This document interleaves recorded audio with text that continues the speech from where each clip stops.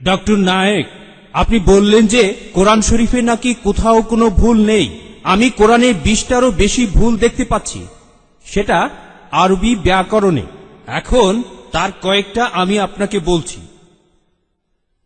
ইন্নাল্লাযীনা আমানু ওয়াল্লাযীনা হাদু ওয়াস-সাবিউন, এটা আছে সূরা বাকারায় আর সূরা হাজে। ইন্নাল্লাযীনা আমানু ওয়াল্লাযীনা হাদু ওয়াস-সাবিউন, এখানে কোনটা ঠিক, সাবিউন নাকি সাবিউন? 1 নম্বর। 2 নম্বর হলো কোরআনে আছে, হ্যাঁ, কিন্তু এছাড়াও আরো আছে। সূরা তাহার 63 নম্বর আয়াতে ইন্না হাজানি লেসাহিরান, ভুল, ইন্না হাজাইনি লেসাহিরান। এটার কি ব্যাখ্যা দেবেন? এছাড়াও আমি আরো অনেক ভুলের কথা জানি। এক্সকিউজ মি, আমরা শুধু প্রথম প্রশ্নটা গ্রহণ করব, সময়ের অভাবে দ্বিতীয় প্রশ্নটা গ্রহণ করতে ঠিক পারছি না। আছে, ঠিক আছে। ভাই, আপনি খুব সুন্দর একটা প্রশ্ন করেছেন। আমি আরেকটু সহযোগিতা করতে চাই যে হ্যাঁ, আপনি সবগুলো ব্যাকরণগত ভুলের কথাই বলেন। আর আপনার হাতের বইটা লিখেছেন আব্দুল ফাদি। আব্দুল ফাদি ঠিক, ইজ দ্য কোরআন ইনফেলেবল। আমিও দেখতে পাচ্ছি, হ্যাঁ, আলহামদুলিল্লাহ, আমি ভালোই দেখতে পাই।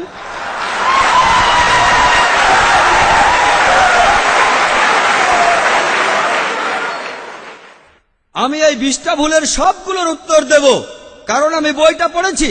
আমি সবগুলোর উত্তর দেবো ইনশাল্লাহ, ইনশাল্লাহ। 1 নম্বর পয়েন্ট ভাই, 1 নম্বর পয়েন্ট, এখানে 1 নম্বর পয়েন্ট হলো যে আরবির সব ব্যাকরণ এসেছে কোরআন থেকে। কোরআন হলো সর্বোচ্চ আরবি বই, যে বইটাতে সবচেয়ে উঁচু মানের সাহিত্য আছে। আরবি ভাষার সব ব্যাকরণ এসেছে কোরআন থেকেই। কোরআন হলো ব্যাকরণের মূল গ্রন্থ, আর কোরআন যেহেতু ব্যাকরণের মূল গ্রন্থ এবং সব ব্যাকরণে এসেছে কোরআন থেকে, কোরআনে কোনো ভুল থাকতে পারে না। 1 নম্বর পয়েন্ট। 2 নম্বর পয়েন্ট, 2 নম্বর পয়েন্ট, 2 নম্বর পয়েন্ট। ব্যাপারটা এরকম যে আপনি একটা রুলার নিলেন আর সেই রুলারের গায়ে দাগ কাটা আছে, তারপর বললেন যে মাপটা ভুল হয়েছে। এটা বেশ অযৌক্তিক। 2 নম্বর পয়েন্ট, আরবে বিভিন্ন আলাদা আলাদা গোত্রে, আপনি যদি আরবি জানেন, আর ডক্টর উইলিয়াম ক্যাম্বেল আমার সাথে একমত হবেন যে আরবের গোত্রগুলোর মধ্যে ব্যাকরণ মাঝে মধ্যে বদলে যায়। কিছু কিছু আরবীয় গোত্রে যে শব্দটা স্ত্রীবাচক, অন্য আরেক গোত্রে সেটাই পুরুষবাচক। একই শব্দ, তবে গোত্রভেদে ব্যাকরণ বদল হতে থাকে, এমনকি শব্দের লিঙ্গ বদলে যায়। তাহলে আপনি কি কোরআনকে সবগুলো ব্যাকরণ দিয়ে পরীক্ষা করবেন? না। আর এছাড়াও কোরআনের ভাষা এত উঁচু মানের, এতই উঁচু মানের, এর কাছাকাছি কোনো সাহিত্য নেই। আর কোরআনের বিরুদ্ধে অনেক বই আছে, ইন্টারনেটে গেলে দেখবেন 12টা ব্যাকরণের ভুল, 21টা ব্যাকরণের ভুল, আব্দুল ফাদি 20টা ব্যাকরণের ভুল। আপনাদের কি ধারণা খ্রিস্টানরা এই ভুলগুলো বের করেছে? কারাই ভুল বের করেছে জানেন? কারা করেছে? মুসলমানরাই। মুসলমান পণ্ডিতরা, যেমন জামকশারি, তারা এটা করেছেন। কোরআনের ব্যাকরণ এত উঁচু মানের যে কোরআনের ভাষা মাঝে মধ্যে প্রচলিত আরবির বিরুদ্ধে যায়। কোরআনের ব্যাকরণ এত উঁচু মানের, কোরআনের ব্যাকরণ এতই উঁচু মানের, এজন্য তারা উদাহরণ দিয়েছে। আমিও একটা উদাহরণ দেব, এতে আপনারা সবগুলো উত্তর পেয়ে যাবেন। তারা উদাহরণ দিয়েছে যে কোরআনে লেখা আছে লূত আলাইহিস সালামের গোত্রের লোকজন তারা সকল নবীকে ত্যাগ করেছে। বলা আছে সব নবীকে তারা বর্জন করেছে। ডক্টর উইলিয়াম ক্যাম্বেল বললেন যে নূহ নবীর গোত্রের লোকজন তারা নবীদের ত্যাগ করেছে। আমরা ইতিহাস থেকে জানি যে মাত্র একজন নবীকে তাদের কাছে পাঠানো হয়েছিল। তাহলে এখানেও ব্যাকরণের ভুল আছে। কোরআনে বলা উচিত ছিল একজন নবীর কথা, বহুবচন না। আর আমি একমত, আর আমার আপনার মতো লোকের কাছে মনে হবে এটা ব্যাকরণের ভুল।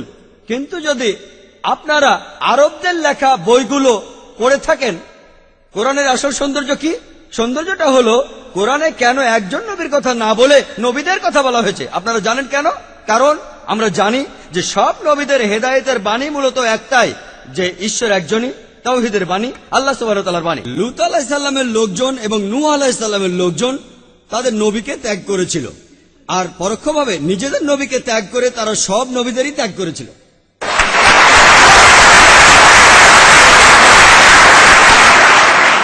সৌন্দর্যটা দেখেন, ভাষার অলংকার দেখেন, আলহামদুলিল্লাহ। আপনার মনে হতে পারে এটা ব্যাকরণের ভুল, কিন্তু এটা ভুল নয়। একইভাবে নূর সারওয়ার নামে একজন বলেছেন যে কোরআন বলছে কুন ফা ইয়াকুন, হ বললে হয়ে যায়। এটা নাকি হবে কুন ফা কানা, হ বললে হয়ে যেত। হ্যাঁ, আরবির পাস্ট টেন্সে কুন ফা কানা, কুন ফায়াকুন নয়, কিন্তু কুন ফায়াকুন আরো উঁচু মানের। বলা আছে আল্লাহ তিনি ছিলেন, আছেন আর থাকবেন, অতীত বর্তমান আর ভবিষ্যৎ। Thank you doctor Naik.